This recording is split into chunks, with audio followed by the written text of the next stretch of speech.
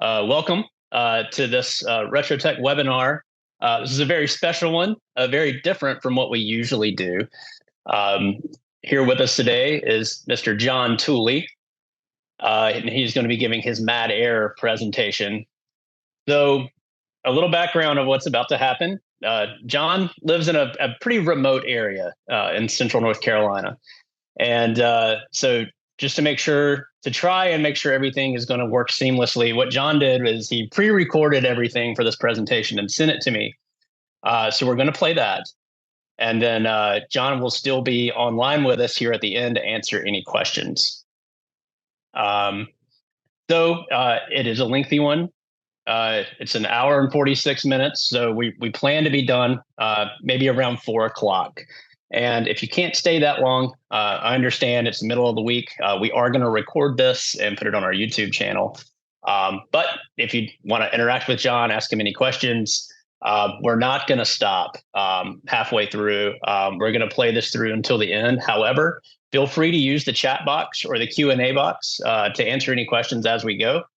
And depending on how many questions we get, I can't promise that we'll get to them all. But we'll definitely sort through and try to answer as many as we can once we get to the end here. And the other plan here is to Jenry Garcia. Do you happen to be here? I don't think he's online with us yet.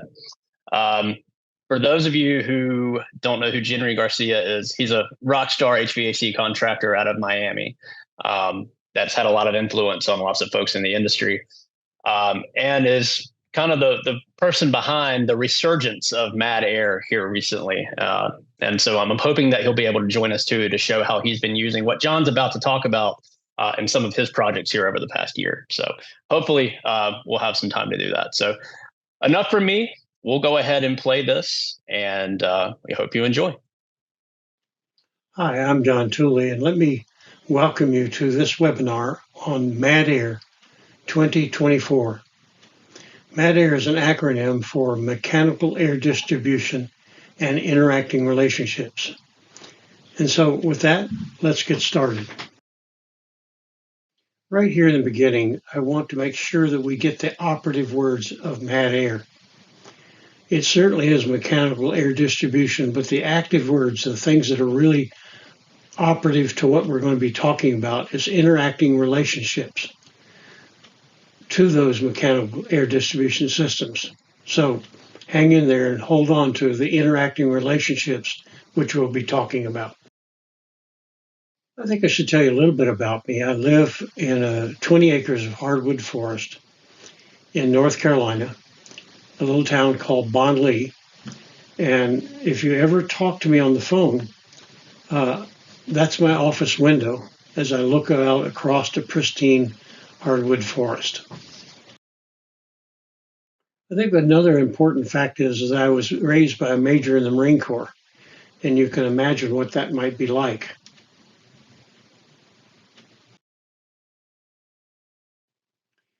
When he was this age, my dad called me one day and said, I've got the credo for what you do. And I said, hold on, Dad, I'll be over shortly just to hear it. And he said, you know, it's not wise to stand in line to get your ass kicked. So never do that. Never stand in line to get your ass kicked. Pretty good wisdom. I can remember my dad saying, son, you're about to get in your mom's ass kicking line. I don't suggest that. And it was wonderful to have a good guidance with lots of wisdom. He told me that there was only one way to do work. And I found out there were 4. The one he told me is do it right the first time. Well, there's also doing the right thing wrong. And that's wrong, right? The only way to do work is do it right the first time. So doing the right thing wrong is wrong, right? Now, I don't think you've ever seen this kind of thing happening, but I'm standing there taking a picture of a person cutting holes in a building with a chainsaw, considering the fact that he may turn and see me and fall off the ladder with a live chainsaw. But believe me, he thought he was doing a good job. Doing the right thing wrong is wrong, right? And then there's doing the wrong thing right, and it's as wrong as doing the right thing wrong, right?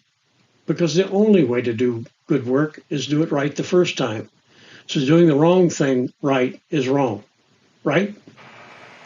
And of course, then doing the wrong thing wrong. The camcorder is running as this guy does the wrong thing wrong.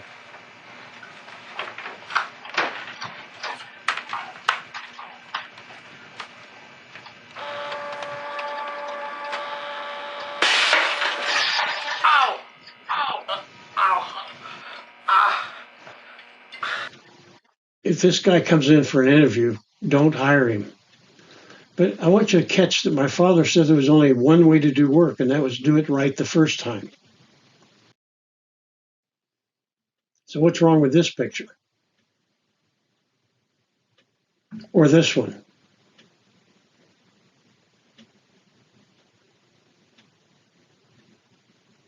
Or this one? Can you imagine about to take a shower and see the power panel is in the shower? This was in Russia when the Olympics were done in Russia. This was one of our Olympians' room. And of course, you never see this, but there's something wrong with this picture.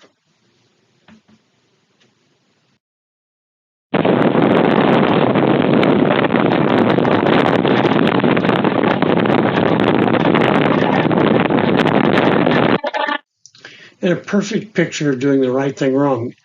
I imagine you have seen house wrap in a windstorm. But let me tell you, there was a day when you could put it on with staples. And of course, it's not house wrap, it's Swiss wrap, full holes. Water can easily get into the walls.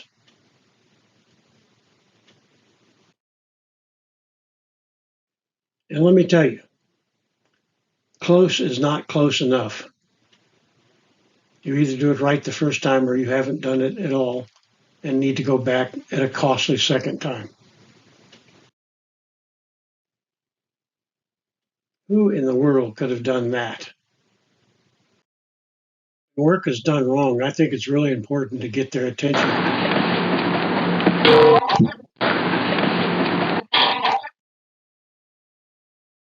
Well, here's a good question for you. What are those white things you see there in the picture?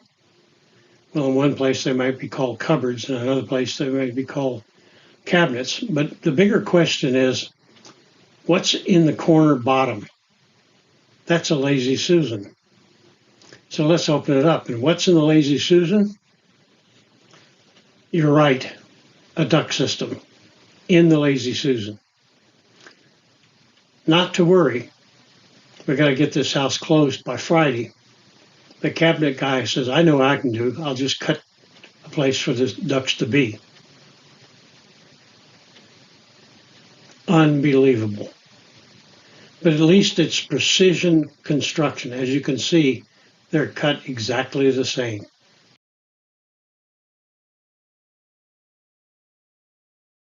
My gosh, who in the world could have done this? It almost seems like a construction site is a logic-free zone. Unbelievable stuff is always being seen and no explanation because it just does not seem possible. Let's look out of the realm of possibility. As you can see, there's some orange foam. This is an existing home, as you can probably guess for yourself, but I crawled all the way to the backside to look and see what had been done. And when I got there, this boot and connection was not insulated, nor air sealed, but I did see the orange foam, which is fire foam. And I guess my biggest question is, what in the world is it doing there? And I want to tell you, there are some things that you'll never know the answer for. Only the dog knows for sure.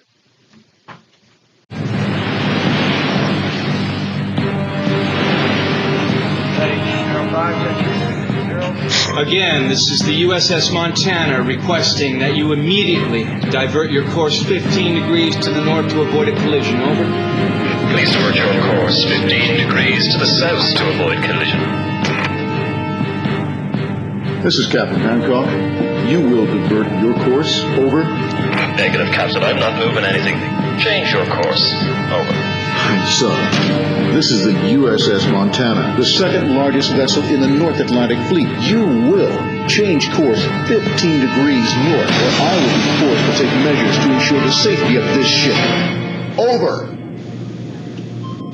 This is the lighthouse, mate. It's your call. Hello? So another good question would be, when did we discover mad air, and when did that happen? Well, 39 years ago, we bought a blower door and an infrared camera. Neil and I felt like it was really important to be able to tell what was going on in a building. 39 years ago, Neil and I began to test homes.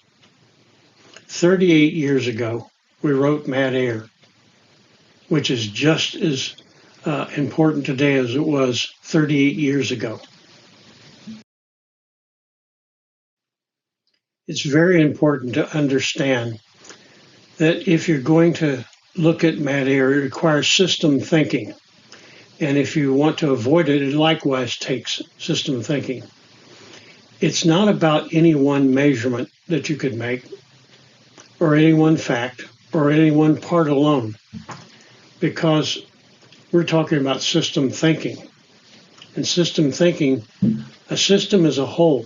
It's not a bunch of parts and pieces that derives its characteristics, good or bad, from the interactions. There's that operative word again. From the interactions of its essential parts and none taken separately. That's a clear, concise definition for a system. It's a whole. It can't be taken apart. It's not the sum of its parts. Its interactions is the way you make it good or bad. Let's take a little bit of time and talk a little bit more about a system. There are essential parts that make up an oak tree. Obviously, you need an acorn, and you need soil, as well as water and sun. Those are the essential parts to make a large oak tree. All are essential, but none of them alone are sufficient to produce an oak tree.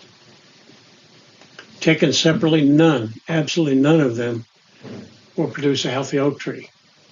It's the interactions of the whole, each one of these, that makes an oak tree.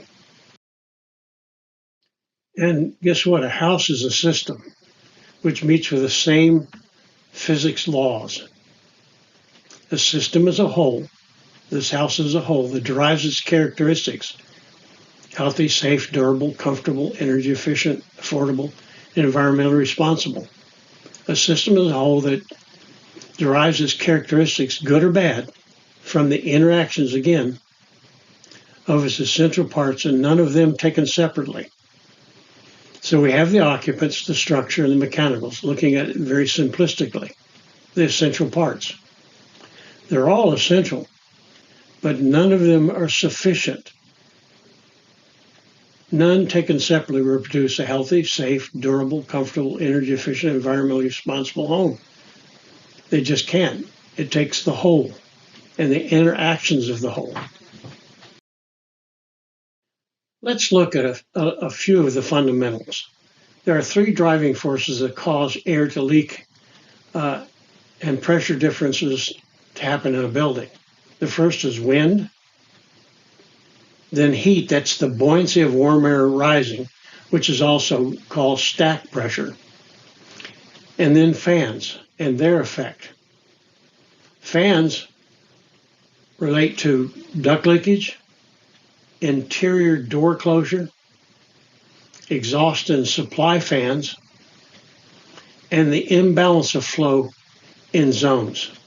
So we have wind, heat, and fans are the only way that there are pressure differences in the building, and also how the building actually leaks.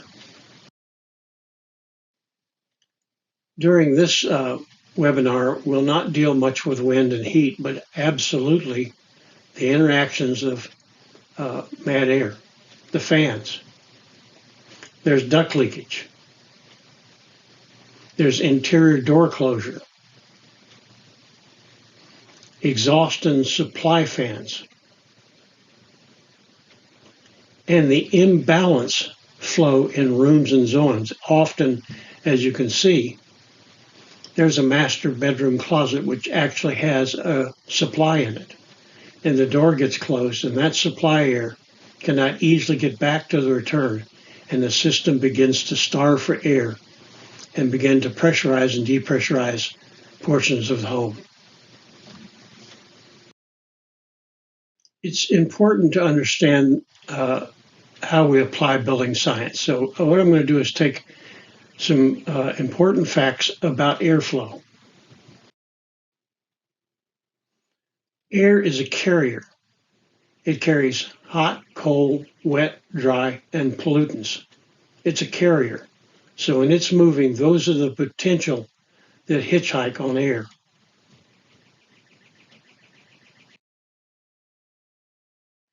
Now, one portion of unconditioned air in the house equals one portion of air going out. So it could be hot or wet outside. This air must now be conditioned. It costs money to bring in that air. And then we lose air, conditioned air.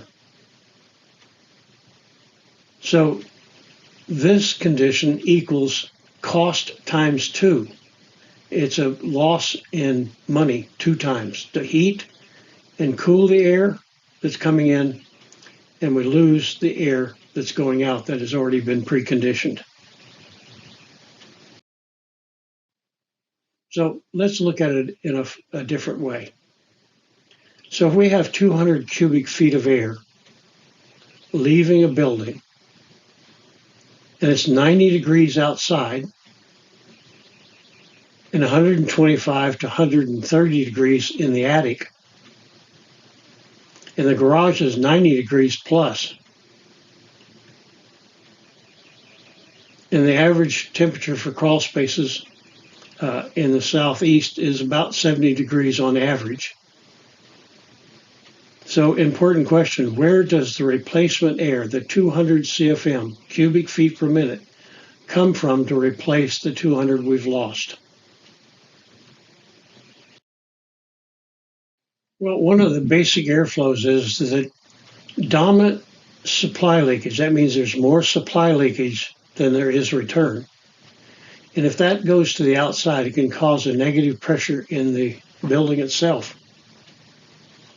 So out goes conditioned air. As that air goes out, the air handler is now starving for the lost air, and the building depressurizes. So you end up with summer or winter air coming in, soil gas, and possibly air from the attic. Supply leaks that are dominant cause buildings to depressurize, or in short, they suck. Here's another important fact. Don't major on the minors.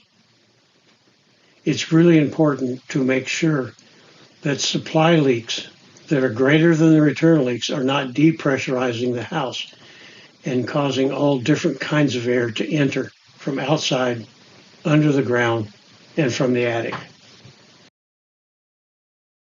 Now for dominant return leaks. That means that there's greater return leaks in cubic feet per minute from outdoors than there are supply leaks. It causes the building to pressurize.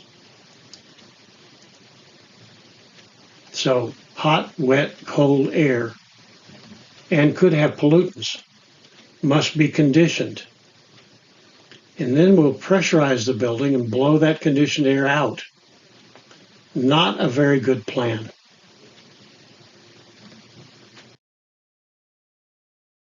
Let's take a little bit of time and look at the pressure scale. And the pressure that houses are tested and duct systems are tested is in pascals.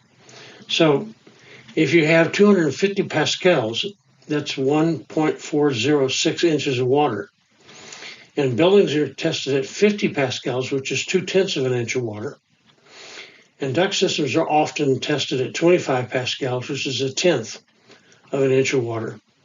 And 4 pascals is the natural, on average, what homes see naturally, and that's 0.0160. So you can see all of these pressures are very, very small. And 1 pascal is 0.0040 inches of water. Or you can just think of it in gnat farts. 1 pascal equals 15 gnat farts. Really small pressure. A little difficult to measure a gnat fart. But guess what? We did it. And like 15 of those little turkeys are 1 pascal. So inches of water is a very large pressure. And pascals is very, very small. Now for a quick review. Mad air requires that we have system thinking. It's not about one measurement that could be taken, or any one fact about the building, or any one part alone. A house is a system, and a system is a whole that derives its characteristics, whether they be good or bad, from the operative word, from the interactions of wind, heat, and fans, of its essential parts, which, remember, are occupants, the shell, and mechanicals. And none of them can be taken separately. We need to think about, if I do one thing, how will it affect others? Let's look at some of those interacting relationships. Negative pressure, house with reference to outside, can cause the entry of combustion gases and flames from combustion appliances. Hot air, wet air, pesticides, radon gases, sewer and septic gases, moisture, herbicides, dry air, and cold air. These are the interacting relationships that could be present in any house that's operating at a negative pressure, losing more supply leaks than return. And let's not forget the attic particulates that end up in the house. Then positive pressures in a house with reference to outdoors can cause the exit of, remember, it takes a return leak, which now brings in mixed attic air and outdoor air.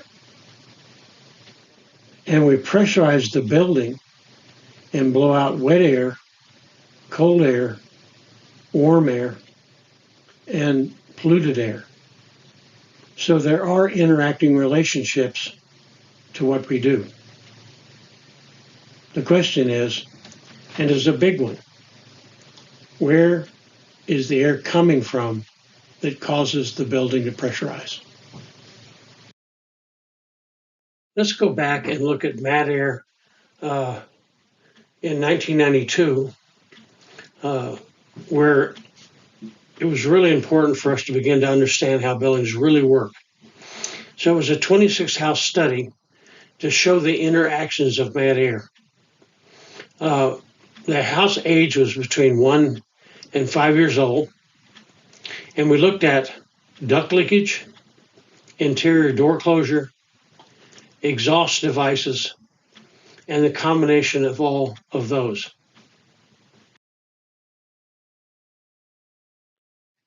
And so it's important to understand what is the function that causes mad air.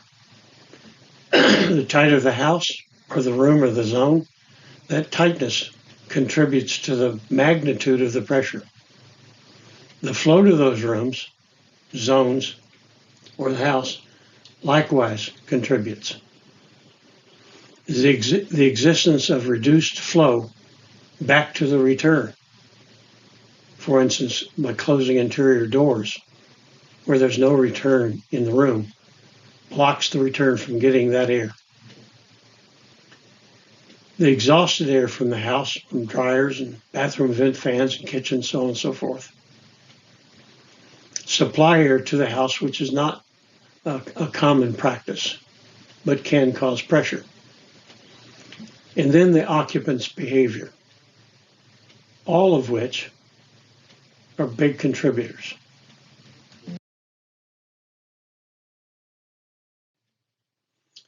Let's talk about the hitchhikers from hell that come in through attic air. Often bats live in attics. Birds, bees. The worst thing in the world in a dark attic is to run across a hornet's nest.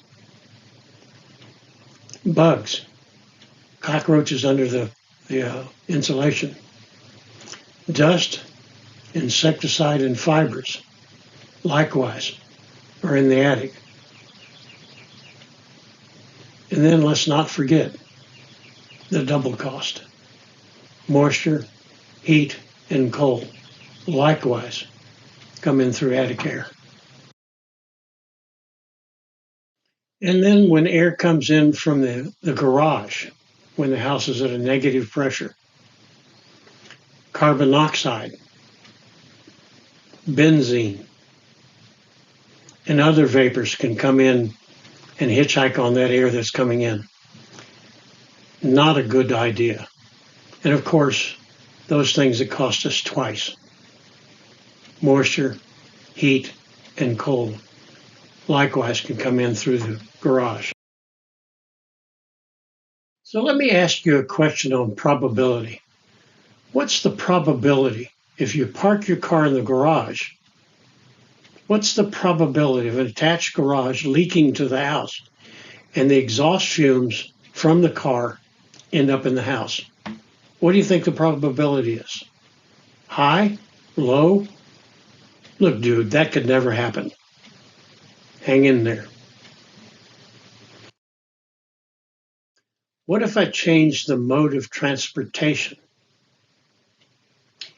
and put 2 mules in the garage? How fast will it be before the homeowner knows I changed the transportation?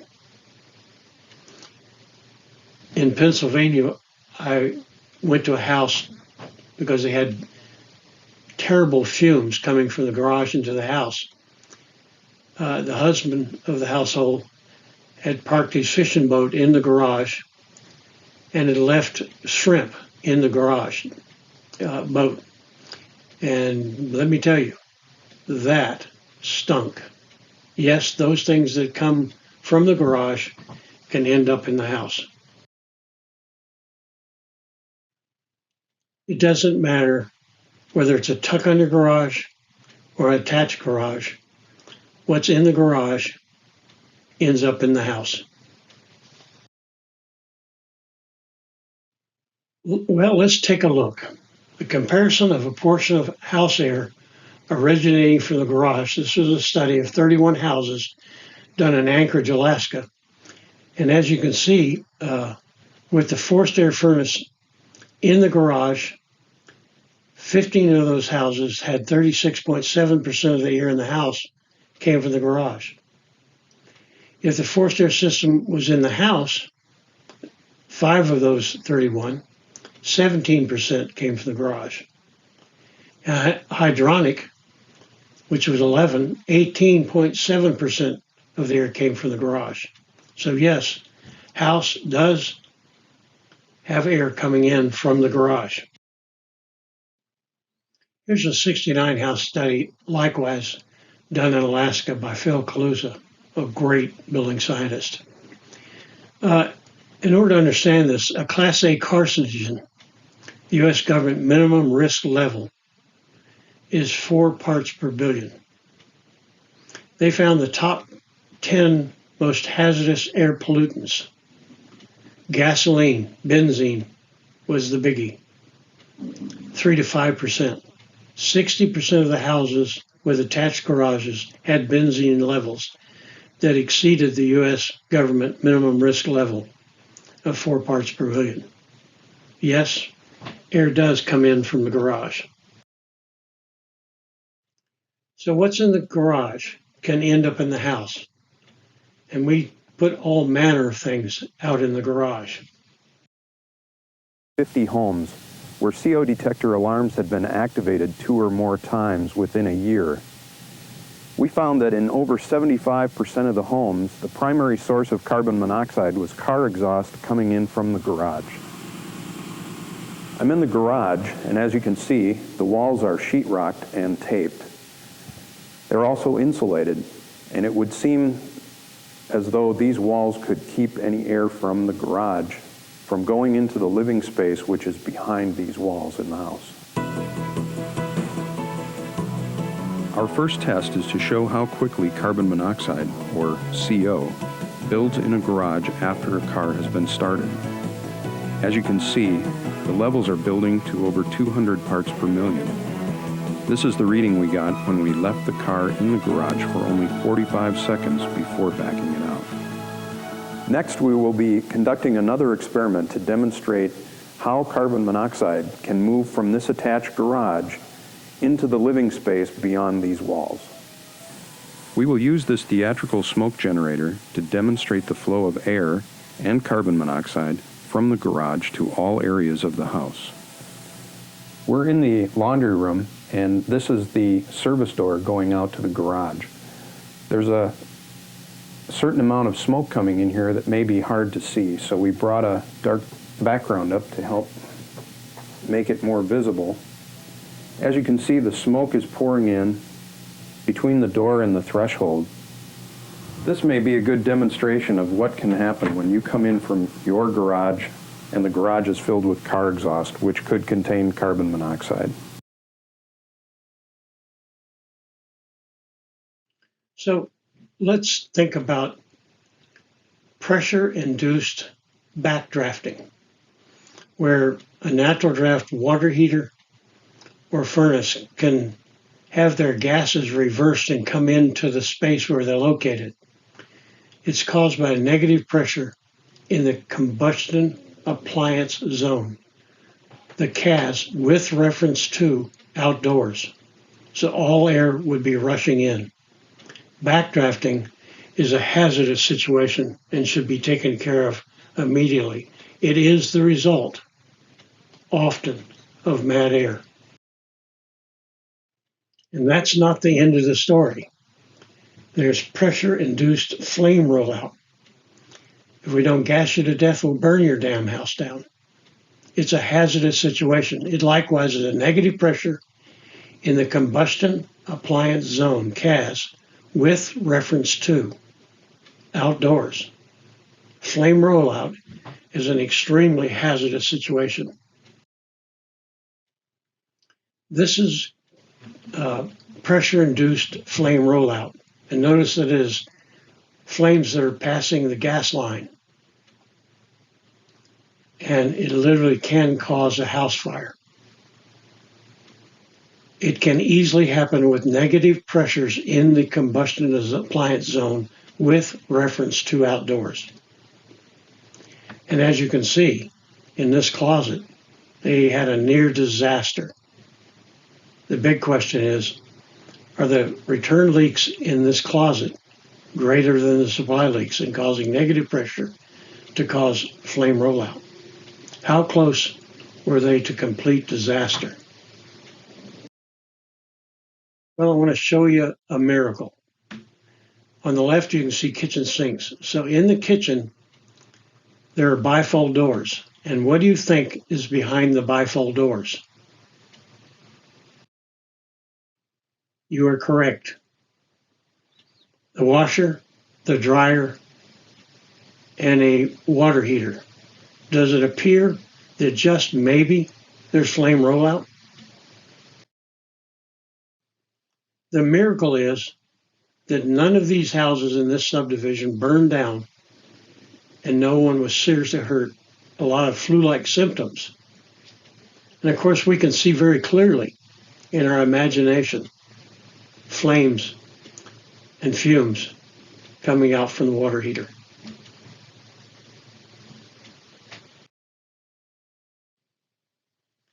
Here's a homeowner that kind of understood that that's not good. Pressure-induced flame rollout.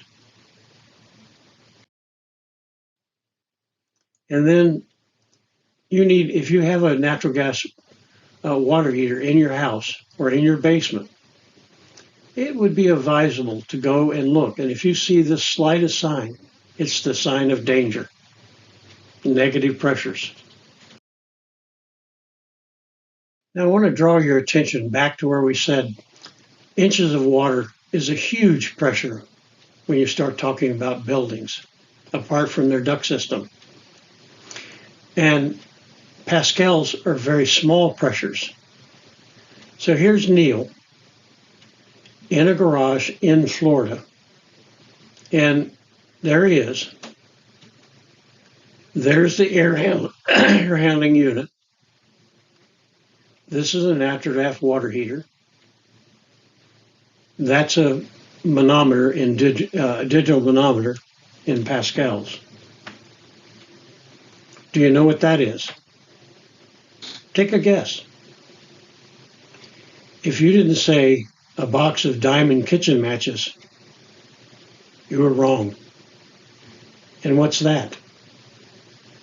Those little black specks are kitchen matches that have been spent because these people have to come out on a regular basis when the water heater comes on and there's negative pressure in the combustion appliance zone known as a garage. How much pressure? 12 pascals. This is a copy of Energy Design Update, July of 1992. Home builders are having problems keeping the pilot lights burning in gas-fired water heaters. Their complaint to manufacturers is that when exhaust fans or the central air handler are turned on in some homes, outdoor air flows down the water heater flue and blows out the pilot light. Now that's a customer complaint. In response, at least one manufacturer, A.O. Smith, has decided to modify the water heaters to eliminate the standing pilot light. Let me ask you a question. Did that do away with flame rollout? The answer is no. Let's take a closer look at A.O. Smith today. I'll just read the red print. High efficiency models utilize an electronic gas valve and use a spark or hot surface igniter so that a standing pilot light is not required. Standard gas water heaters, CAT models, have a standard standing pilot light. And when the thermostat calls for operation, gas flows to the burner where it is lit by the pilot light, so that in fact, the same problem could still exist. If it's got a vent cap like that, it's natural venting and should not be anywhere near negative pressures in the same zone that it's located in.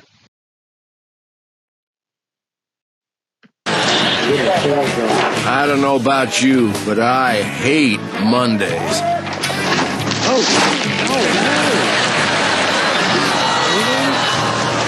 Oh no!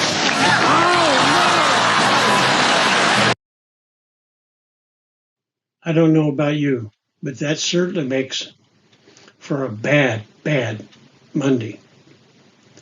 And we all responded to the guy with the tie on, the suit, being turned over. But we didn't have the same response to combustion appliance problems of backdrafting and flame rollout, both of which are 100 times worse than being turned over in a Jiffy John.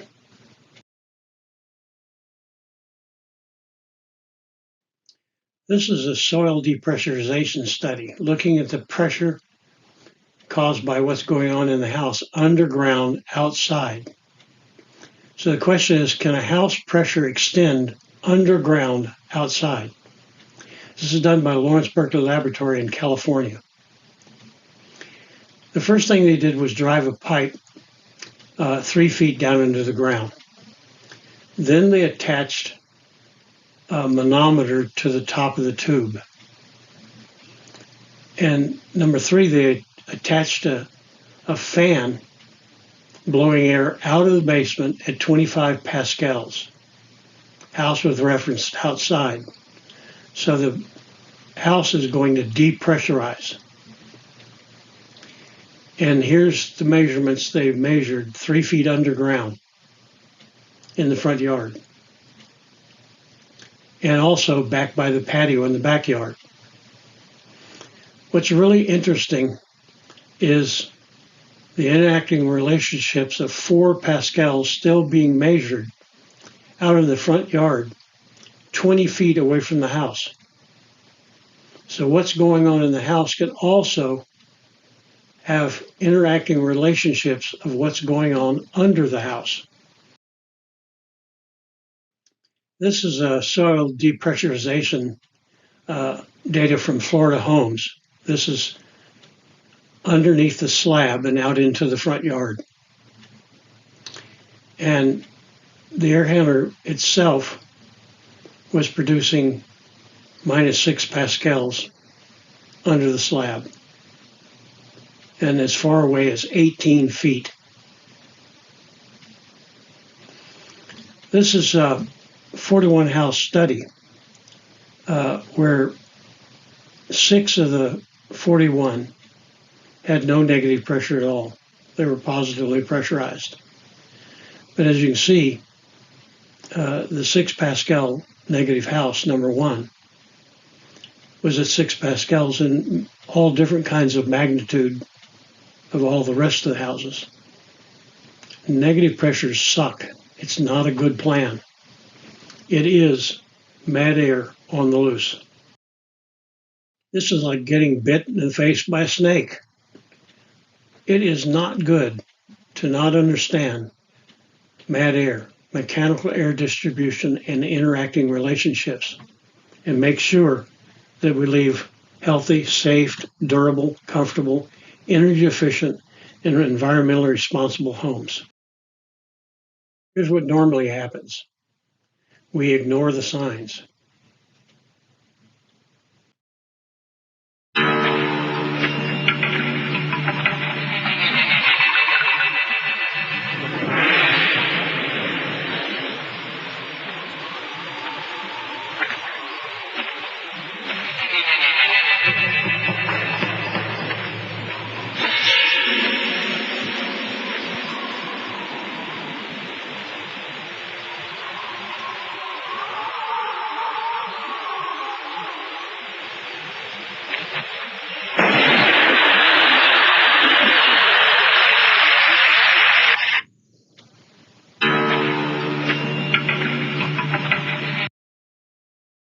Well, here's the good news. There are solutions.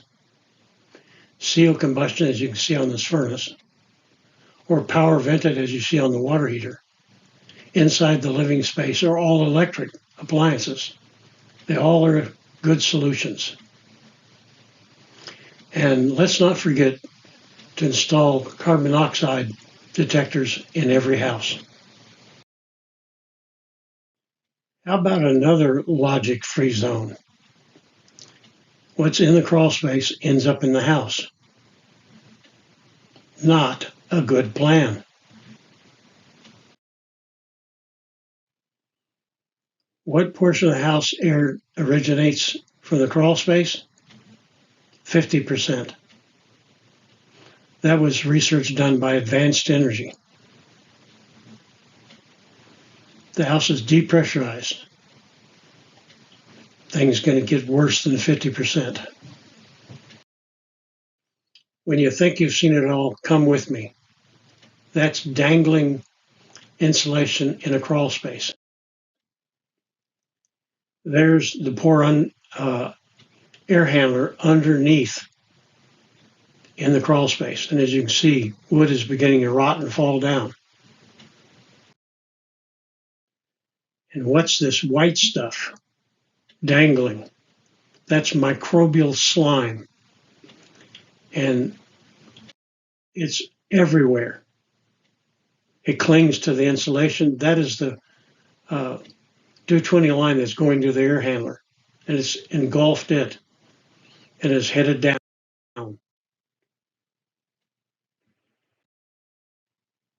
It attaches itself to the ducts. I haven't got a clue how bad this is, but I know one thing: you don't want to get it on the hood of your 1953 Chevy truck. This is bad stuff. And what's in the crawl space ends up in the house when the house is at a negative pressure.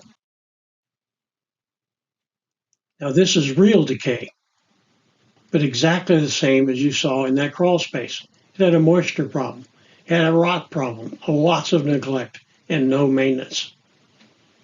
It certainly is a logic-free zone. There's just waiting for mad air to come visit.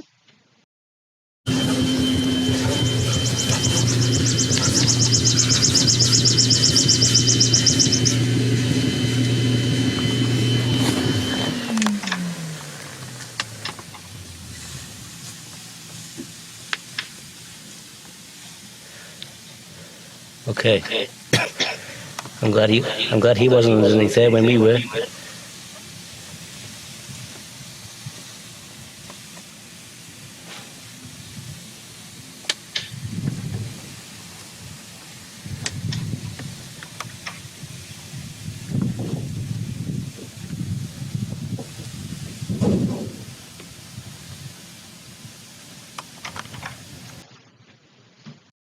Is next.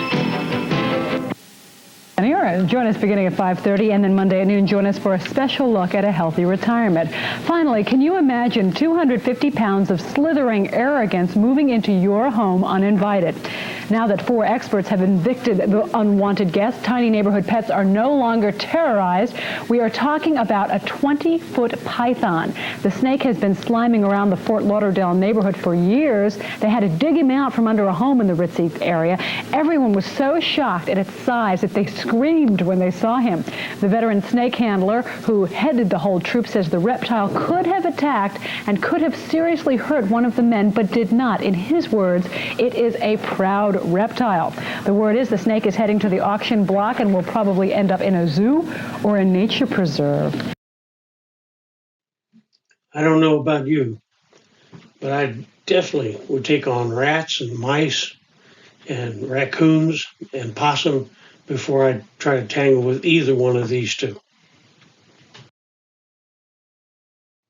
This is a 236 house infiltration rate air handler on and off with tracer gas in Florida, North Carolina, Tennessee, and Washington. Tracer gas, in this case, we're using sulfur hexafluoride, and you inject that into the return. 1 part sulfur hexafluoride that leaves the house, non-polluted air with sulfur hexafluoride enter, so you can get a absolute number of infiltration rate by using tracer gas. And as you can see, as long as the fan was off, only 26% of the air changed every hour. When it's on, the only time that low infiltration rate happens is when the air handler fan's off. If you turn on the furnace or air conditioning fan, this happens when that fan is on. So the house jumps from 26% of the air change every hour to 71%. That's not a good plan. So some mad air facts. The tighter the building envelope, the greater the pressure between inside and outside if we have mad air. A leaky house having 200 CFM per minute going out would produce a 1.5 Pascal pressure. By the way, that's a big one. So this house has a CFM 50 of 2,200. Now, that's a big pressure. I want you to see that. The house is depressurized, 200. This could be a dryer. And it's a very leaky house. Leaky houses can hold pressure. If you could constantly put air in a tire, I guess maybe it would hold pressure. If we look at a tight house, 800 CFM 50, have the same amount of air go out say the dryer. You have 5 pascals of pressure. That's a huge pressure. And guess what? It's like having a tire that'll hold pressure. The tighter the tire, the greater the pressure. Same with a house. If you have mad air and it's a tighter house, you get greater pressures. And we've seen already a few things that occur because of mad air. And this graph is house leakage in square inches. That's approximate square inches. So on the vertical, you have square inches, and on the horizontal, you have house number. And as you can see, the leakiest ones, almost 450 square inches, all the way down to, like maybe 125 to 130 square inches. This is 26 house study. So we have very tight ones and very leaky ones. Let's look at duct leakage effects. But let me start off by saying, most of the stuff we talked about thus far, if you put all the ducts in the conditioned space, you've reduced it big time. If the basement is depressurized, obviously all the ducts in the basement, you could have a possibility of backdrafting and flame rollout. However, normally it's just a comfort issue. You're not delivering the air where it's supposed to go or drawing air from where it should draw air. So in duct leakage, in this case, you can see in both cases they're in the attic. I'd venture a guess that no one has seen anything like this. And let me tell you, it's unbelievable. The return is running into a window propped up by backup cooling strips, a window shaker.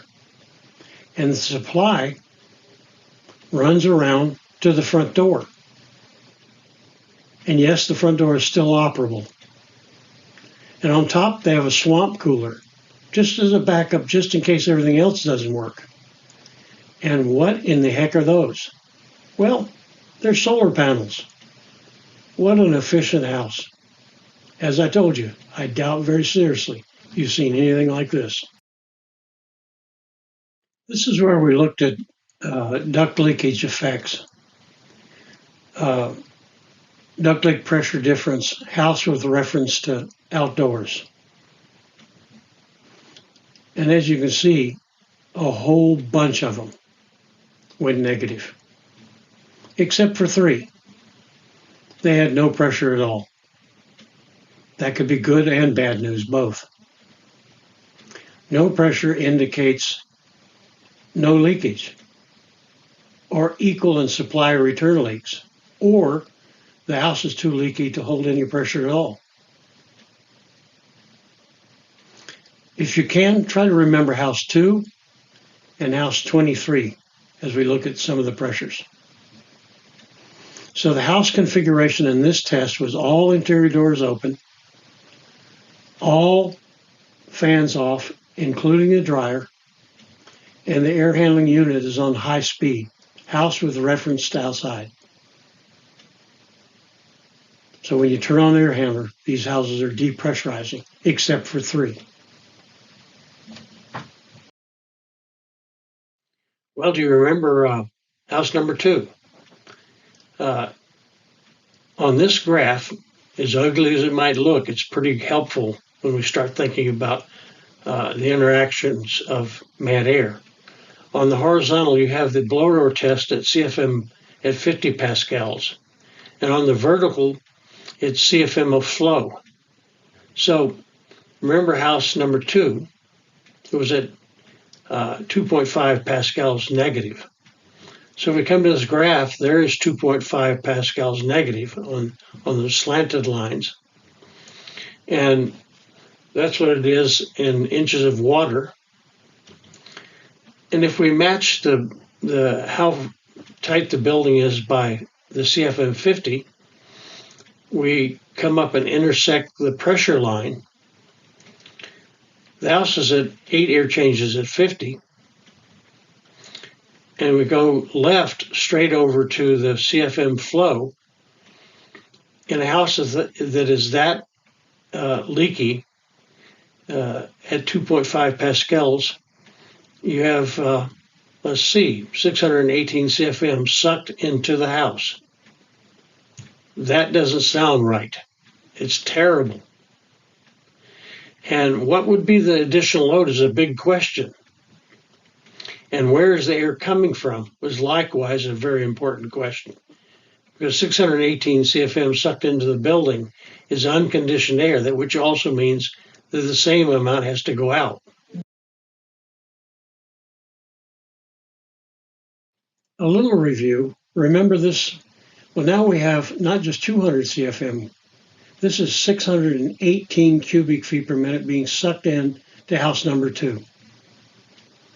And our important question is where does the replacement air come from? If you fix the duct leakage, you reduce the energy cost in great leaps and bounds, possibly moisture issues as well as pollutants. So what is the additional load? What's our opportunity to reduce energy loss? And where is that air coming from is critically important. 680 cubic feet per minute sucked into this house. You remember house 23? It was on the tighter side. There it is. It's at 1.2 pascals negative. And its air tightness is 4.5 air changes at 50 pascals. So there's our 1.2 pascals. It's a fairly tight house, so it's right around 1,000 cubic feet per minute at 50 pascals, the standard pressure that houses are tested at. So it's 4.5 air changes at 50 pascals, 0.2 of an inch of water. And the amount of air it's drawing in is only 100 as compared to 618. I tell you what, 100 from the attic or 100 from a water heater are not good numbers. So the same questions remain. What is the additional load? Where is the air coming from? And when you think about it, 100 cubic feet per minute sucked into the house. All plenums and duct connections must be sealed with mastic. I know that many seal it with tape, UL 181 tape. It is our experience that even though that tape looks like it may seal, over time it does not. So here's talking about mastic. This is one way to get rid of duct leakage pressure effects in the house. All connections, even the boot connections to the floor and to the ceiling. Whose job is it to seal that big crack? Because you know, when you put a register in place, that's like a water dam, and it causes supply leakage past the boot. Whose job is it? Well, the superintendent says it's not my job, but might say, well, who made the hole? Well, it was the drywaller who made the hole. He says it's not my job. Well, who was there last? The guy who put on the register. I wonder whose job. So really, whose job is it? Well, it's not my job. Well, let me tell you, the Not My Job award was given away in 1985 in Arizona. Removing tree limbs is not my job. Armadillo? Nope, that's not my job. White lines is my job. Ain't my job. Unbelievable. And you think your job stinks? Even if we were to give you a $3,000 award for signing, like we've seen in the last couple of months, what would you think? I don't think so.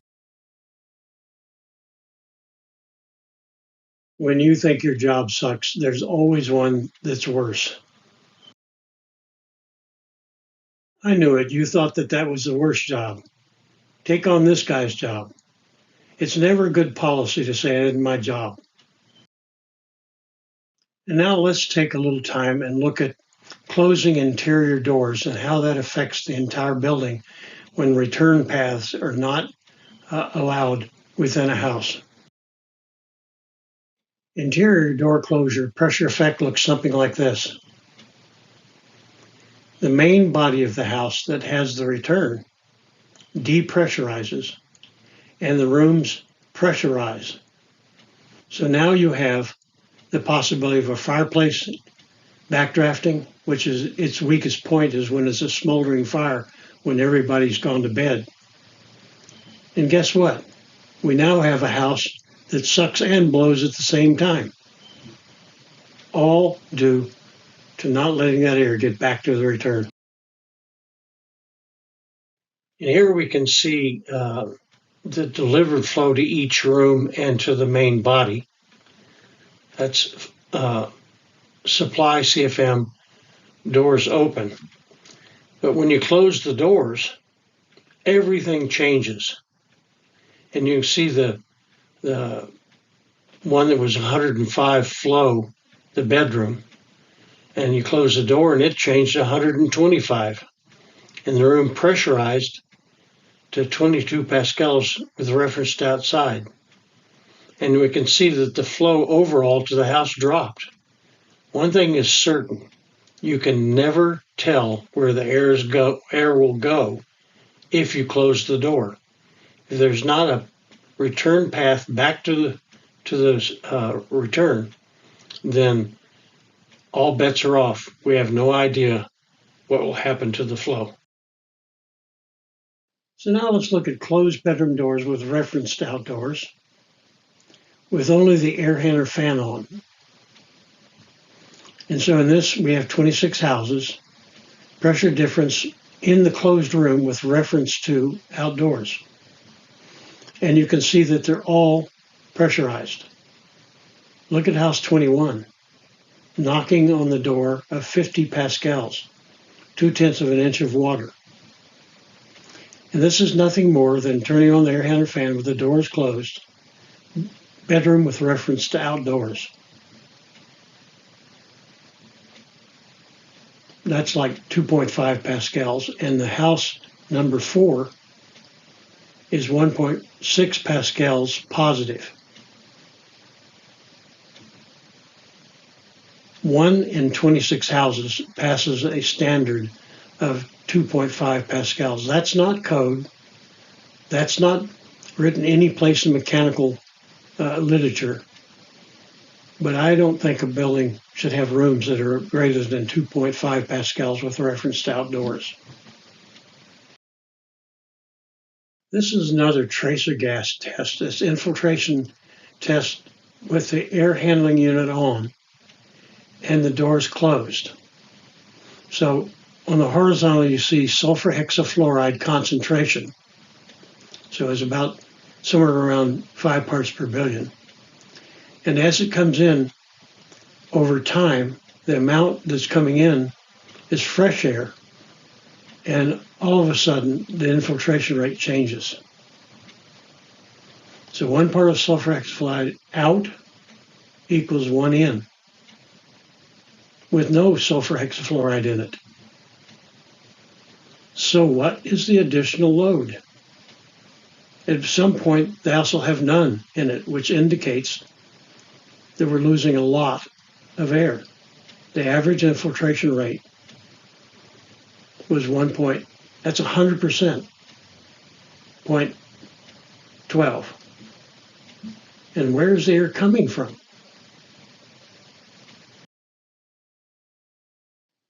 And when you test for door closure pressure effect,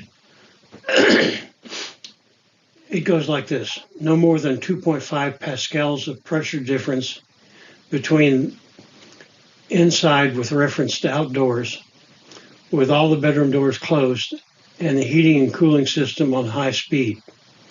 So all they're really doing is just testing the pressure difference between the room and the main body of the house. And then if you add that to the pressure of the house, main body of the house to outside, you'll know what the room is outside. Well, when we're talking about pressure balancing, it needs a bit of definition in regards to residential housing. But we'll compare it to a river.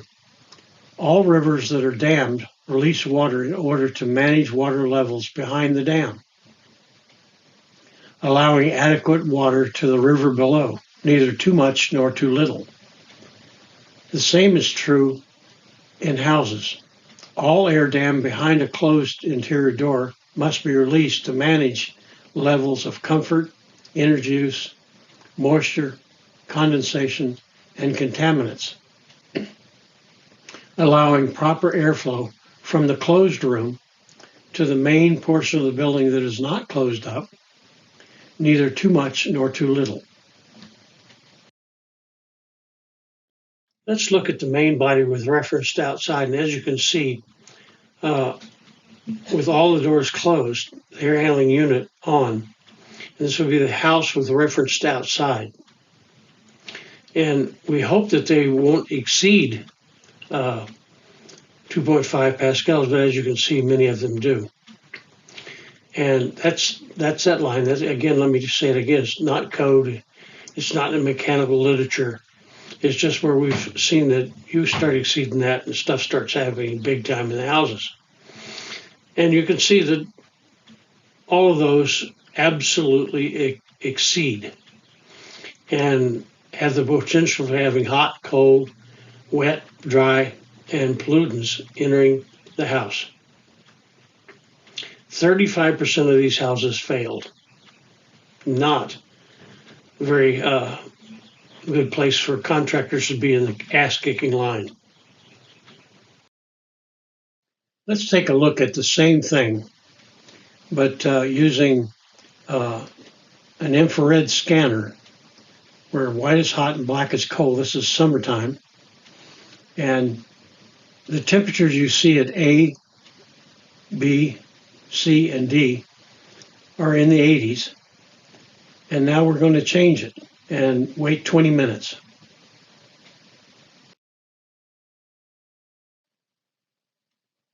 At 3 pascals negative.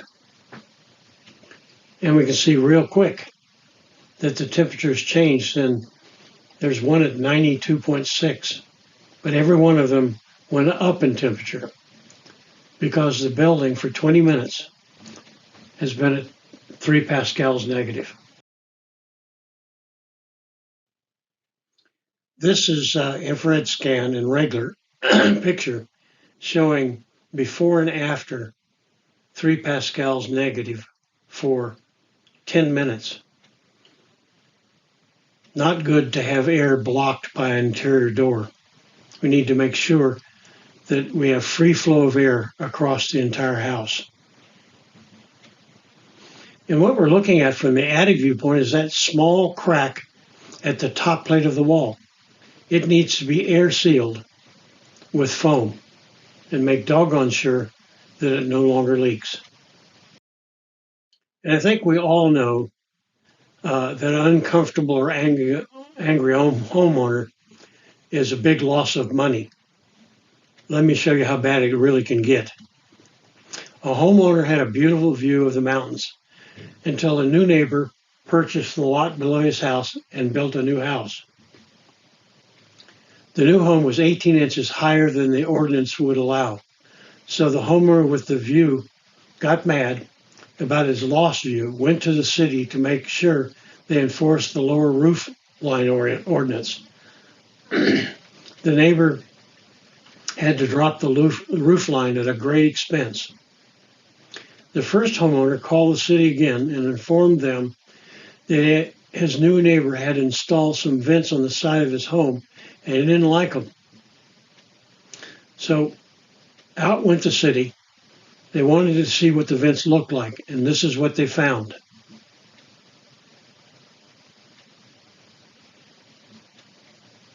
There's all kinds out there. And yes, it did mess up the view. Let's take one more view. of doors open and then closed after 20 minutes. And in all temperatures, you can see that the recessed lights temperature rose as well as the surface of the drywall, all caused by mad air. And here's some more tracer gas testing. This is the infiltration rate in 5 houses with the doors open and closed. So interior doors open is the blue and closed is the green. And you can see that the average for the blue is about a third of an air change. And with them closed, it's almost a complete air change of the volume of the house. Not great.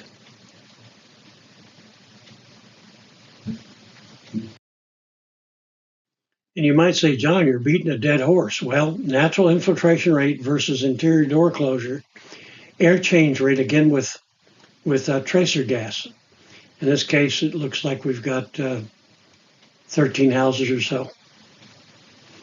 And it's natural infiltration rate and interior door closure air change rate using tracer gas.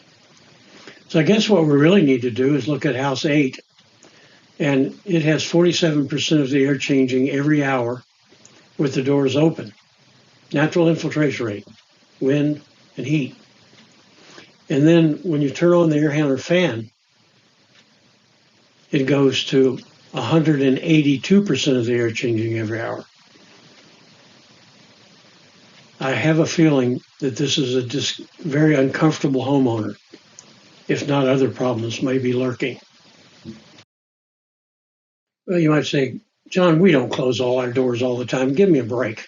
Well, this is measured infiltration rates in one home with various interior doors and their position. This, again, is with tracer gas. The blower is off. That's natural infiltration rate. What, about 20%? The air handler fan is on all the rest of these. So that's duct leakage, which jumps it up to what doubles the infiltration rate. 2 doors closed, 4 doors closed, all the doors closed. So you now have a house that was at 20% that jumps up to 120% of the air changing every hour. This is terrible. So the next thing we did was we looked at house when people close the doors and took a survey. So this is depressurization in pascals, the main body caused by interior door closure and the air handler operation versus estimated time occupancies actually closed the door. And they reported this. And oh yeah, don't forget the damn ankle biters. Those little turkeys. If that didn't like the fact that you left home, runs in the master bedroom, jumps upon the master bed, and pees, we absolutely know that you probably are going to leave the doors closed. Well, that door is closed 75% of the time, and it's minus 4.3 pascals in the main body of the house. And this one, 40% of the time, the interior doors are closed. House with reference to outside is 14.3 pascals negative for the period of time that those doors are closed, constantly causing serious issues to happen in the house.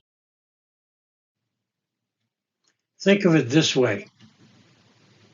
That air that's coming in and going out is carrying heat, cold, moisture vapor, dryness in the air, as well as pollutants, all of which are undesirable.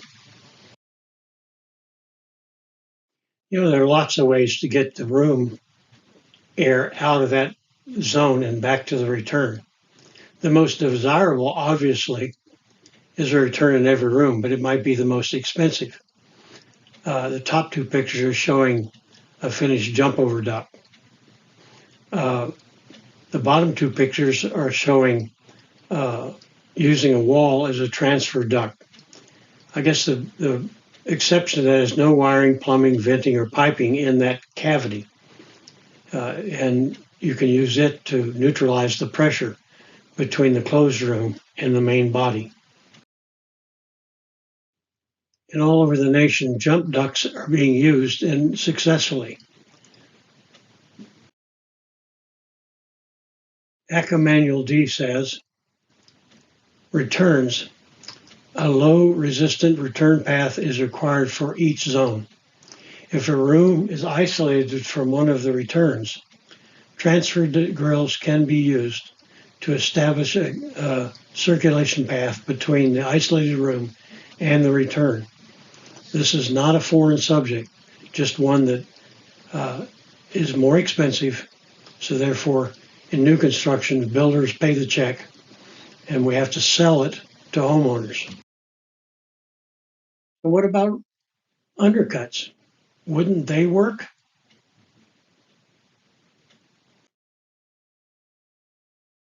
Well, you get what you pay for.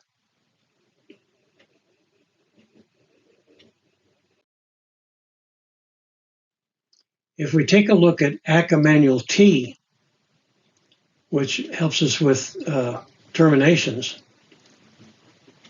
it actually does have a section that talks about getting air out of a room. I'll read just the pink part. If door undercuts are used in lieu of door grills, allow 1 inch of undercut for every 60 CFM of return air. Well, 120 would be 2 inches, 240 would be 4 inches. And many master suites have way more air than that. You end up with a Dutch door. Possibly not the best solution. And this lady says, we never close our doors. Well, methinks that's not true. But if you don't have a signature on the carpet, you can also run your finger against the doorstop. And if it's been closed for extended periods of time, you get one of two things, if not both, dust or body powder. At this point, you might be saying, John, there can't be more. Well, there is. There's exhaust devices that we have in our homes. And here's some typical exhaust fan flows. Some can be lower and even higher. A dryer, 100 to 200 cubic feet per minute. Central vacuum system, 100 to 150. Bathroom fans, 25 to 100. Kitchen, 50 to 300. Cooktop fans, 300 to 1500. Add those to all the things we've thus talked about, and thank goodness none of these all come on at the same time or together. Methinks that's not true. Let's look at some of the exhaust devices that we find in houses. They're actual exhaust fans in the bathroom, the dryer, cooktop fans, both out of the top of the building and also can be downdraft, exhaust ventilation, power venting, and central vacuum cleaners all draw air from the house, causing negative pressure to join everything we've said thus far to be thought about. This kitchen alone can have as much as 800 to 1,000 cubic feet per minute exhausted out of the kitchen.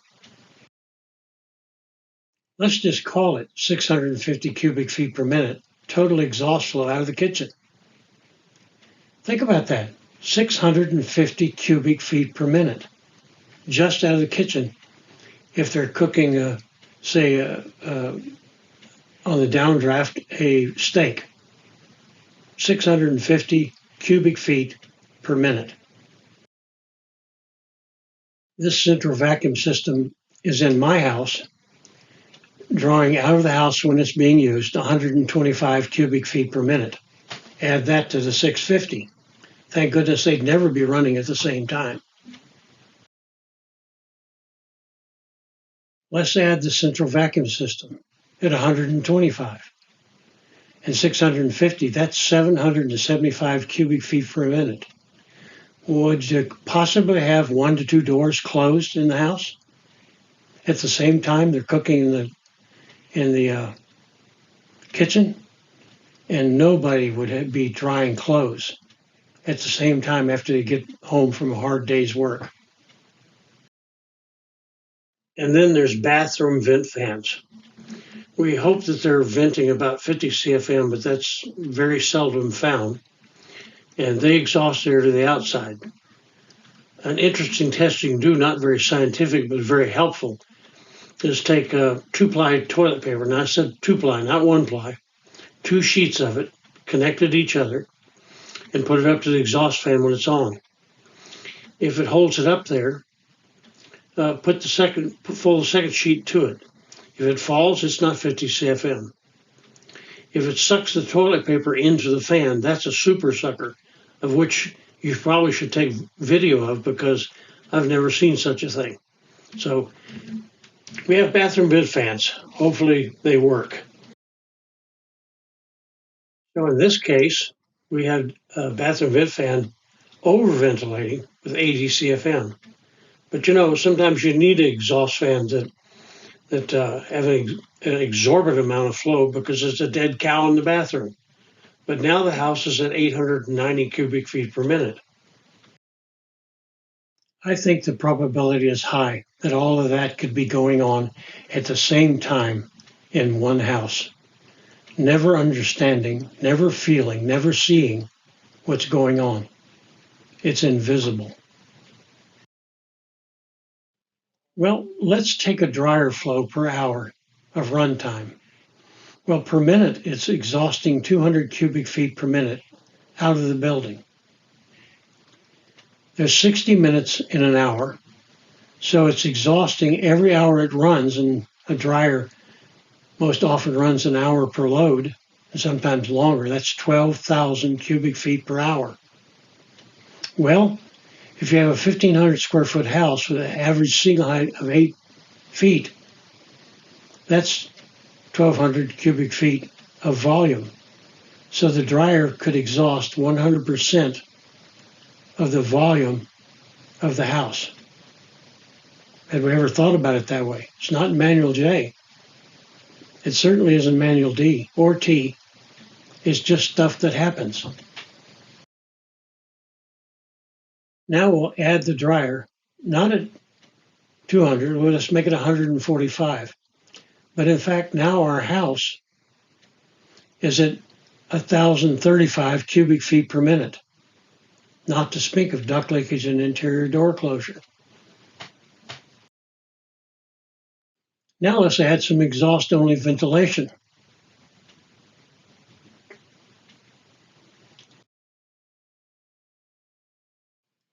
And now we're talking about 1,145 cubic feet per minute exhausted by exhaust fans in this building.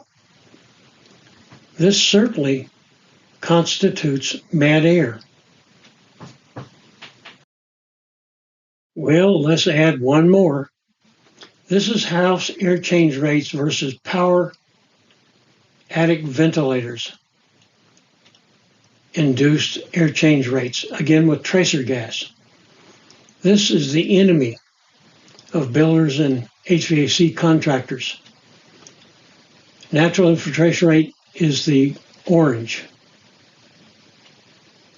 Red is the infiltration rate caused by power ventilators. Look at house 6. It's about 110% of the air changing every hour. By the power ventilators come on. When do they come on? When it's the worst in the summer outside. The infiltration rate is also at its worst. Discomfort, high utility bills, added to all the rest of the things we've talked about. So now we have 225 cubic feet per minute drawn out of the house by the power ventilator in the worst time of the summer. That brings the house to 1,370 cubic feet per minute, total exhaust flow, all by itself. Have you ever heard The old adage, if one works good, two would work better. Well, there's 1, 2, 3, 4. 4 power ventilators out of the same house. This will suck your shorts off, levitate furniture. How in the world could they possibly pay for the utility bill in the summertime? Well, here we are back again. When you think you've seen it all, in the gable end vent, there is a gargantuan fan sucking air out of the attic, and guess what?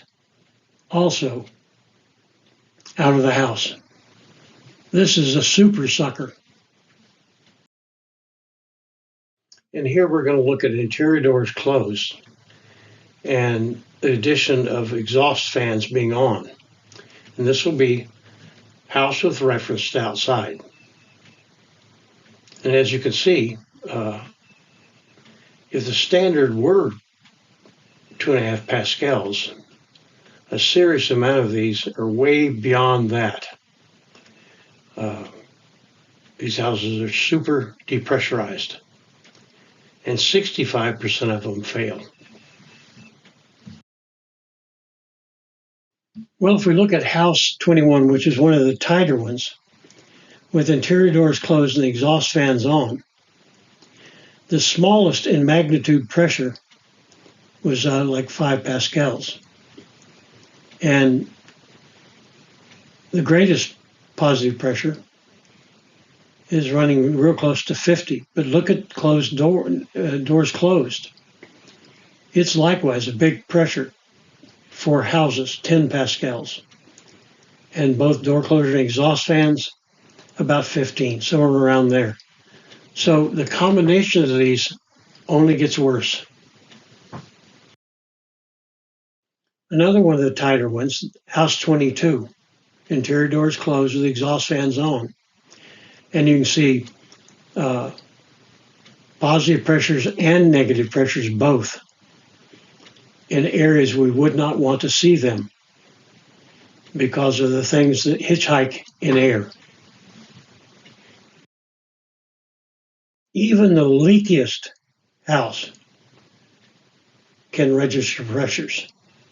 Doors closed and exhaust fans on. And we're still able to measure pressure. A leaky tire can hold pressure for some period of time. And here we are at the most leaky house. And again, we can measure pressures caused by door closure and exhaust fans on. This truly is mad air, the interacting relationships. And I guess we'd be amiss if we didn't talk about what it could cause. Pressures can cause the need for additional air conditioning, soil gas entry, garage vapor entry, combustion problems, spillage of exhaust gases into the house, backdrafting, gas water heaters and furnaces and vents and fireplace flues is where that happens, and flame rollout. And last but not least, moisture damage and mold. All can be caused by pressures that we find in houses. And when we think about soil gas sources and pathways into the house, well, radon can come in the house through the slab and all through shower water. Same thing with pesticides and insecticides and herbicides. Sewer gases, septic tank drain fields, showering and bathing. Here's a dude out putting down pest control. Where does he put it? Most of the spray goes closest to the house. And fertilizers to make your grass greener. Here's the bad news. They put signs on the yard that says, do not let children and pets on this yard.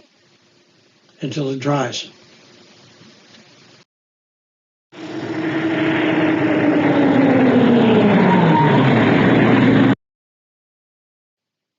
So, what is this in the front yard? Venture a guess? This is a septic drain field. How close to the house? Remember, we've always seen 18 feet away from the building. Underground pressures extended from the house. So, will this house suck is a big question. Agreed? Not too far from the house. So I have a question for you. Why in the world is the grass growing green closer to the house? The bigger question, I guess, is this house suck? Because effluent water is running into the streets. It would be very important to know what pressure this house runs at on a regular basis. And boy, I'm telling you, we really need to get our heads screwed on right when we begin to think of the interacting relationships. I wasn't kidding. It really was running in the streets. This is more than one house in Orlando, Florida. Don't buy a house in the subdivision. And no, I won't tell you where it is. You know, residents located in the vicinity of landfills have reported being woken up due to landfill odors in their homes. Landfill gases. This has been known for quite a bit of time, that what's underground can actually end up in your house. A positively pressurized house rejects any of this from coming in. Let me remind you of the soil depressurization study done by Lawrence Berkeley Laboratory, measuring pressures underground 20 feet away. And the study done by the Florida Solar Energy Center, Radon Pressure Differential Project. You can find in phase 1 of that project, page 2 through 26 of a 70-house study. And when you look at the graph here, only 2, 4, 6 of them had positive pressure, the rest were negative. This house is depressurized, and you can see that from the smoke. But if you look right there by the smoke, there's mold growth on the bottom of that wood cell. There's moisture damage around the bottom trim board. Air is a carrier, and we need to remember that. And buildings in warm, moist climates with air coming in have moisture problems. In cold climates, air going out, carrying moisture-laden air, is a problem. And you know what? Often we don't even know we're in trouble. Mad air is a good instructor on things that we may need to take care of in the work we do for existing and new construction. This house is depressurized, and you can see the poor man's infrared, where warm, moist air is leaking past the outlet. And those are small mold colonies growing on latex enamel paint. And it doesn't just end there. This house is also depressurized, and you can see moisture coming in around the electrical outlet. And what's on the outside is also on the inside. And if you look on the inside of the plate, there's mold colonies beginning to grow. All of this is an indication that pressures in the building are out of whack. Ventilation is out of whack. Things need to change going forward. Do you have any idea what those are? Well, you got it. They're holes in the wall. But why are they there? Well, you really didn't have to knock the big holes in there. You can take a moisture meter and drive it in on an angle to the bottom plate. Gravity causes any water in the wall to go down and collect at the bottom plate. So here's our wall proctologist, a great building scientist and an incredibly nice friend, Colby Swanson. Thank you, Colby, for all the great stuff you brought to our knowledge in the building industry. And so now the wall's being cut open, and you can see that there was a poly interior lining next to the drywall. Well, if this is an air-conditioned house, water will condense on the poly right next to the insulation. And if you look at the moisture content of the bottom plate, you can tell where there's moisture in the wall. 20% moisture content soon becomes mold growth. 30% is where wood rot begins. And in this wall, it's 35.7. Big moisture drive. As you see, I've put the wood handbook underneath the quote from it, and also that there's a URL that you can go get that handbook for free. If you pull the outlet away from the wall, you'll see that there's condensation happening at the outlet and corrosion, which can easily spell fire. As you can see, this is a steel stud building, and warm, moist air has gotten in the walls, and notice where the rust begins to form, where the screws have broken the galvanized on the stud. This wall is in deep trouble from condensation and rust. Well, here we go again on things you may never have seen, but maybe some of you have. Water in the dryer in Jacksonville, Florida. How in the world could that happen? This is the dryer, not the washer. Well, in the laundry room, there is a supply register. Often it dumps right on top of the steel dryer. What happens if warm, moist air leaks past the outside dampers and into the dryer? You end up with water running in the dryer. Ow. This is caused by negative pressures drawing air from outside, as well as wind pressure causing leakage past the dampers on the dryer duct. You might be sitting there saying, oh, come on, John, that's in Jacksonville, Florida.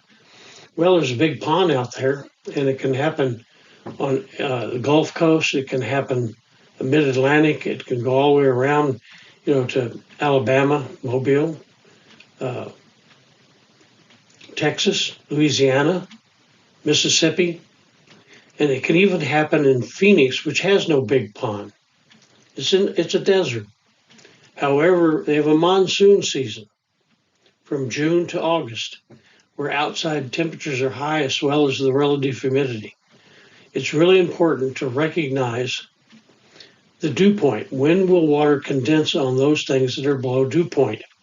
Because it doesn't have to be next to the big pond. It can be next to lakes. It can be in a real wet area. This is something to tuck under your belt and have available to yourself when you run into problems with water inside a dryer.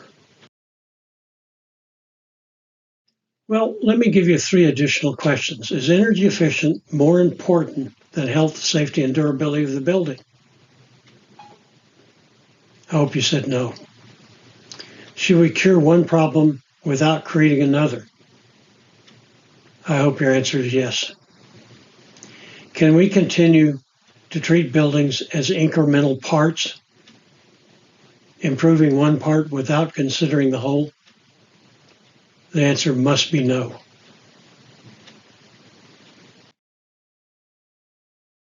You know, life is full of choices.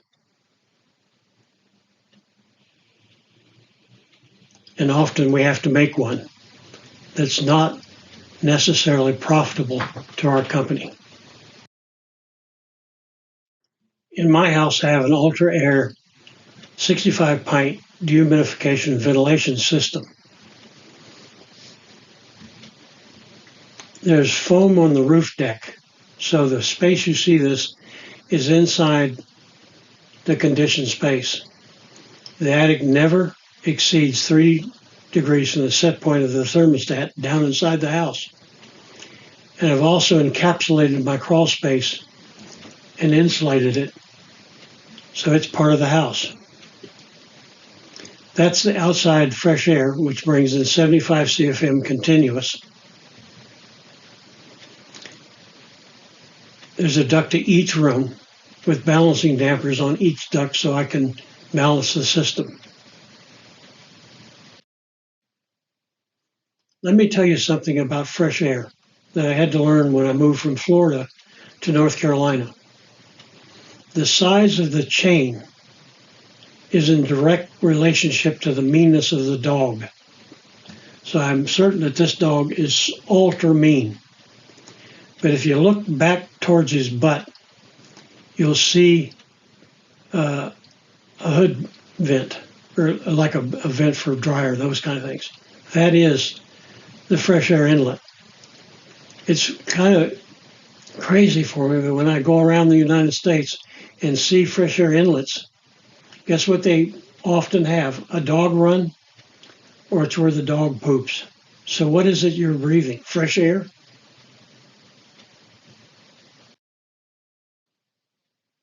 Well, let's talk about some takeaways. Ducts must be sealed, both supply and return. Interior doors must not block air returning to the air handling unit. Exhaust air, including the dryer, and supply air to conditioned space must be designed and properly dealt with. Seal combustion or power venting of all gas appliances, furnaces, water heaters, those kind of things, inside the conditioned space or in the garage. And CO detectors must be installed in all houses having an attached garage, fireplace, gas stove, or combustion appliance inside the conditioned space. And then fresh air ventilation should be installed in every single house.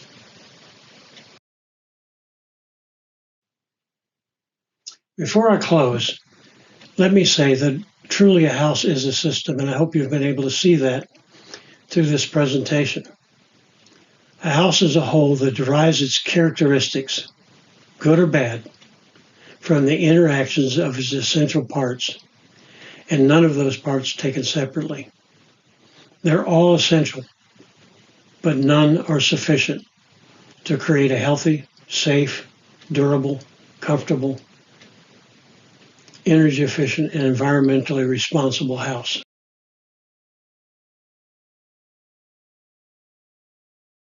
Well, let me close by saying thank you, certainly for the time we spent together and your dedication to your clients to render to them a better place to live. Again, thank you so much. Wow, John, that was incredible. Well, thank you, bud. Yeah, thank you so much for taking the time to put this together and share your knowledge with us. And even bigger, thank you for all your contributions to the industry. This is huge. Let me give, if I had the opportunity, everybody sits there and listens, and there were a lot of solutions in that. But the big question is, I'm going to a house, I'm a technician. I've just seen this, and what the hell can I do? Well, I would say, of all the tools I own for looking at buildings, the manometer is the most important because I can measure pressures.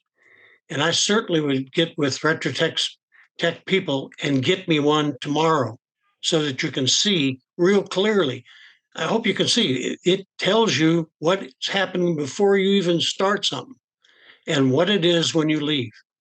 And that should be documented and go in your records, because a lot of this stuff has nothing to do with you. It has to do with the interacting relationships that existed there before you ever got there. And I really appreciate everybody's attention and sticking this out for such a long webinar. Well, it certainly wasn't boring. It did not feel like it was an hour and 46 minutes. I mean, this is probably something I'm going to go back and watch several times, because there's just so many important parts to this. And I think the biggest takeaway is that, for people that are, especially HVAC contractors that are getting into home performance, the blower door number at 50 pascals tells us a lot, but it is certainly not the whole story. Yes. Understanding this whole concept of mat air really kind of helps us decipher what that whole story is for each unique house. And Jenry, are you on? Are you able to hear? Yeah, can you hear me? Yeah. John, this is Jenry Garcia. This is John Tooley. I feel like this is kind of a special moment, because Jenry is, over the past year has kind of picked up the mat air torch and just started running with it. So I hope the two of you get to meet in person sometime, and I hope I'm there to hear the conversation. But Jenry, I just wanted to give you a couple of minutes, just to kind of, you've been studying mat air and been playing with it and teaching others about it a lot here over at least the past year. In a modern scenario, how have you taken these concepts, and how has it changed your thinking, and what's it done for your clients? Nice to meet you, John. It's been I'm an avid follower of your work. For me. Nice to meet you. Thank you, sir. So, if the AC runs, and as the AC runs, the house becomes more humid. At least for me, my experience in my climate, that is somehow always, there's always some kind of connection that ties back to mat air. If you have mold, or I should say microbial growth, in only certain walls, right? And it's always the walls that have the biggest connection. The biggest connection to some kind of cavity or opening, and the attic. There's been a couple of houses where they used to have centralized vacuum systems, and they have been abandoned. After that, they just drywall over it, and those walls happen to be the ones where they get the most microbial growth along the baseline, along the line of the baseboard. And once you start testing the wall cavities, you see that they become negative. And that is because that's where the pipe, the opening for the stack of the vacuum coming down the wall was, and that's why that wall was the one that was more affected. If it's a multi-story home and you have the chase, where the duct, it's either the supply duct, it's either or return for that matter, it's either coming down or going up to the units, to the central air handler, then that's going to be another wall that is normally affected by that.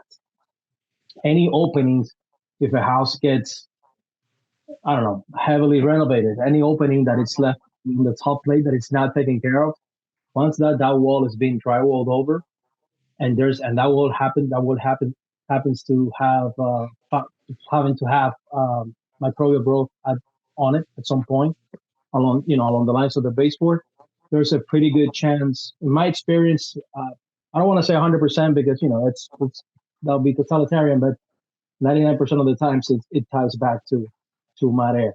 I got into looking into mat air because of this, because of all these issues that I had that I didn't know how to address. Like I didn't know where they were coming from, and then little by little, kind of started putting the picture together. I have a question, if I may, Sam.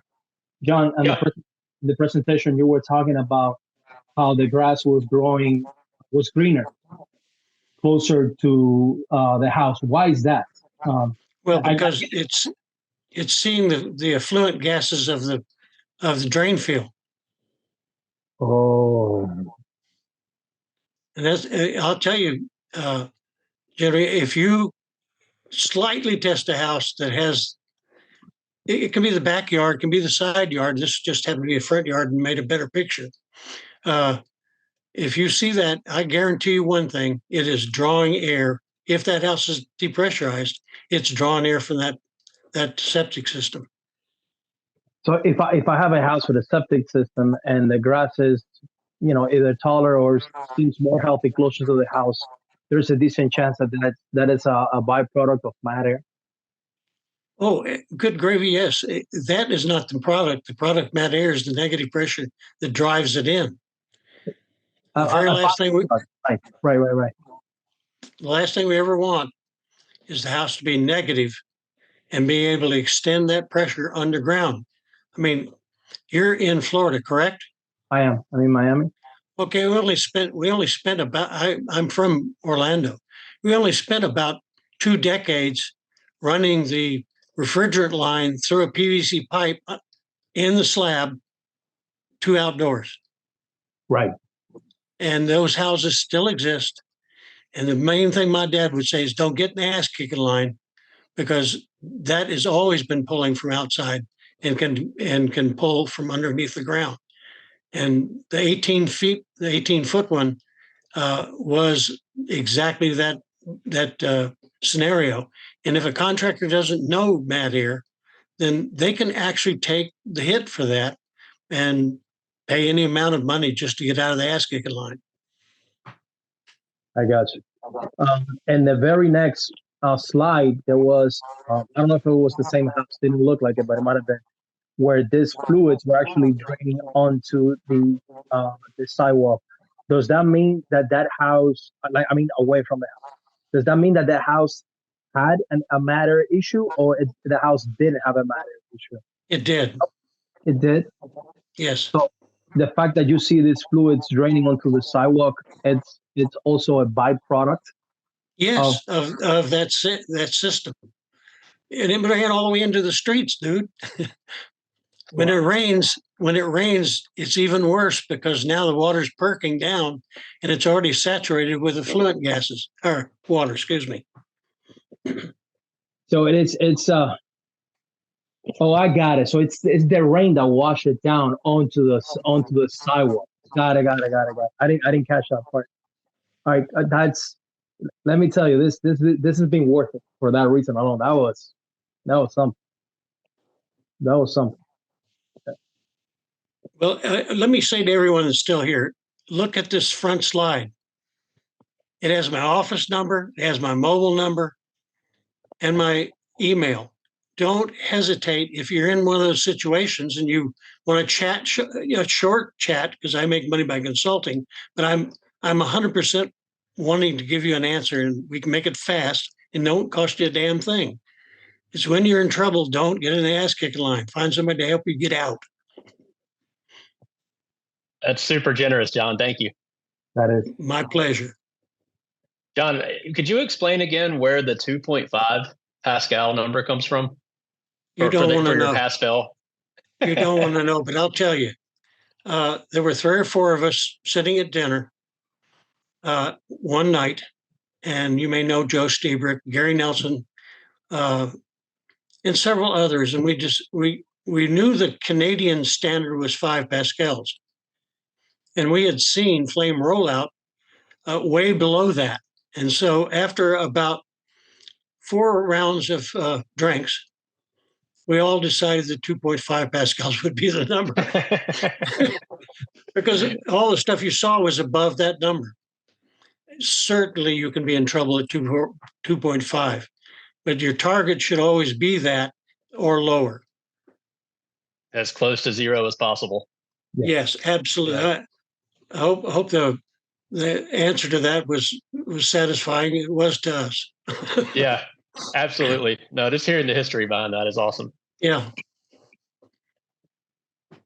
I haven't had a chance to really comb through the chats or the questions much, because if I messed around with my Zoom settings, it would screw up the video. Yeah. So, Lee or Noah, do we have anything in there that's a good question or something that's been repeated more than once that we can pull out? Well, John, I think you did a great job because there wasn't a ton of questions, at least submitted through the QA panel. Some conversation here in the chat, but yeah, I think we've touched on everything so far. Okay. There was one that was asked during, and I saw it, was where were the air handlers located in most of these studies? Well, these studies, several of them were done in several states, but how a large majority of them were done in Florida in 3 locations: attic, garage, and interior air handler closets inside the building. The greater portion of them were probably in the attic. And second to that was the garage. No builder wants to give up square footage. So that's the battle, and it's still the battle today.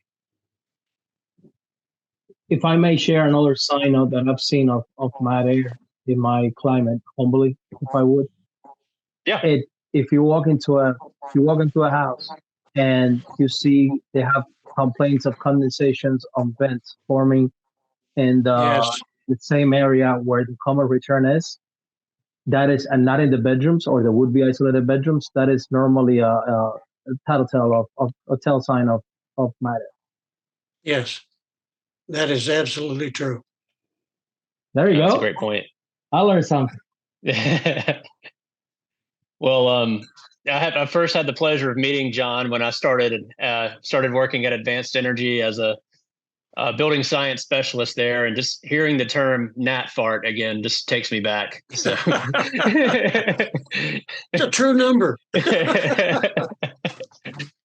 We'll go ahead and wrap it up. John, thanks again, and my pleasure. I really appreciate you coming on and doing this. This was awesome. My pleasure. Goodbye to everybody. Have a good rest of the week. Great. You too. Thanks everybody for attending. Bye. We'll catch you back next time. See ya. Thank you, sir. All right, guys.